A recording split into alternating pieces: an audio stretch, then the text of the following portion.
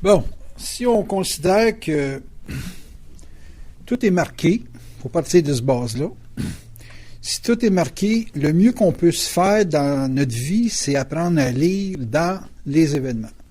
Donc, apprendre à lire dans comment ça se passe, pourquoi ça se passe, puis où ça mène. Il n'y a pas de hasard. Tout ce qui se passe de négatif ou de positif dans votre vie a une importance intelligente. Je ne peux pas dire que c'est bon ou c'est mauvais. Je peux juste dire que c'est intelligent.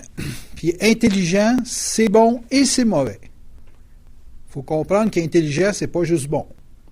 On vit des choses qui sont intelligentes, mais qui peuvent être extrêmement négatives pour nous développer de la colonne, pour nous développer de l'identité, pour nous développer une autorité dans la vie. Il faut bien comprendre que quand on dit qu'on vit du positif, on renforce comme une capacité de rayonner ou de vibrer, entre guillemets, positivement, mais que quand on est exposé à des expériences négatives, c'est pour forger notre volonté, pour forger notre centre de gravité, puis apprendre à avoir plus de présence.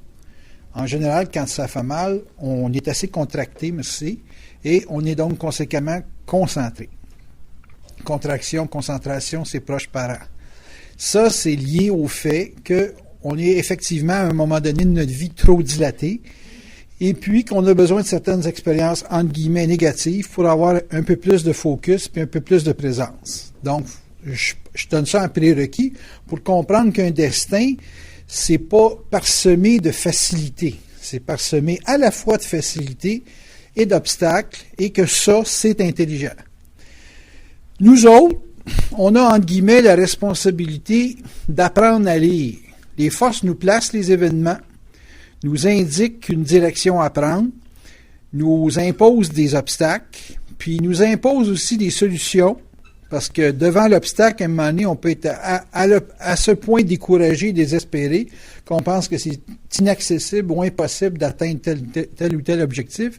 Et puis, s'ils voient que vous lâchez trop prise, ils vont vous remettre un petit peu de feu en vous donnant des solutions qui vont venir par les autres, qui vont venir par les événements. Puis, il faut que vous appreniez à lire les occasions de vous en sortir pour pas qu'ils vous laissent tomber. En voulant dire pour pas que votre destin devienne un cauchemar, parce que là, vous entretenez trop l'élément négatif, puis vous ne prenez pas les perches qu'ils vous donnent pour vous aider à sortir du trou. Tu sais, les gens qui s'enferment jusqu'au point de développer des tendances suicidaires, bien, ça vient d'une attitude dans leur destinée où ils mettent trop l'accent sur ces événements négatifs et pas assez sur les événements qui ont un caractère, disons, on va dire, positif, intelligent, qui lui tendent des perches pour se sortir d'une situation. Parce que la vie, c'est équilibré autant en charge négative qu'en charge positive. Donc, autant en événement négatif qu'en événement positif. Il n'y en a pas plus qui sont négatifs, comme il n'y en a pas plus qui sont positifs. C'est proportionnel. Donc, quand vous faites des bons coups dans la vie, vous pouvez vous attendre à avoir des plus gros tests.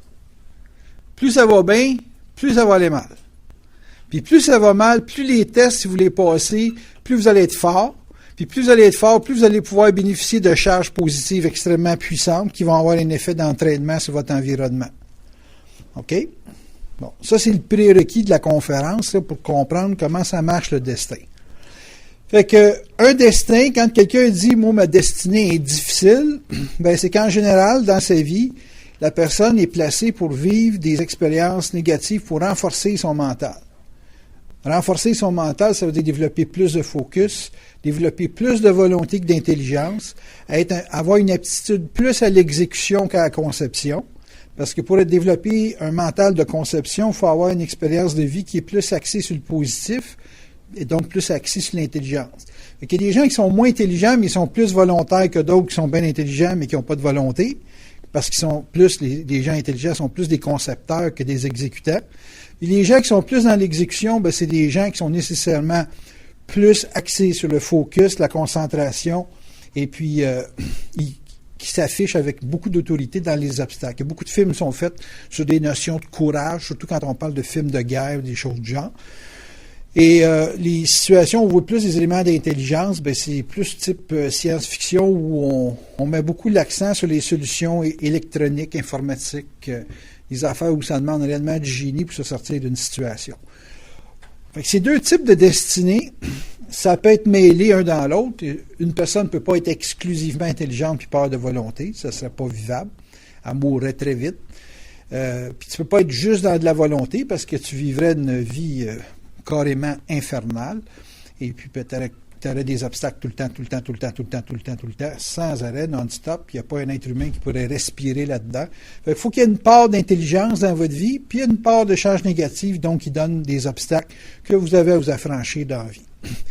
Mais là où l'intelligence, dans le sens de la conscience ou de les forces apparaissent, c'est dans le comment vous traversez les obstacles, puis c'est dans le comment vous vous servez de l'intelligence.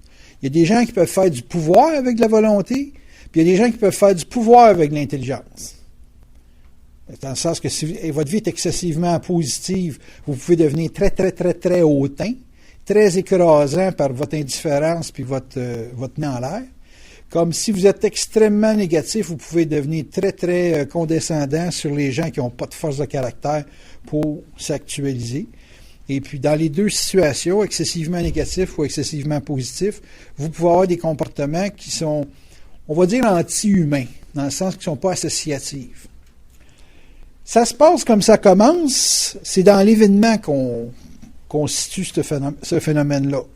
Quand vous venez au monde, on calcule votre carte du ciel, on fait vos prévisions sur un thème personnel à partir du moment où vous respirez.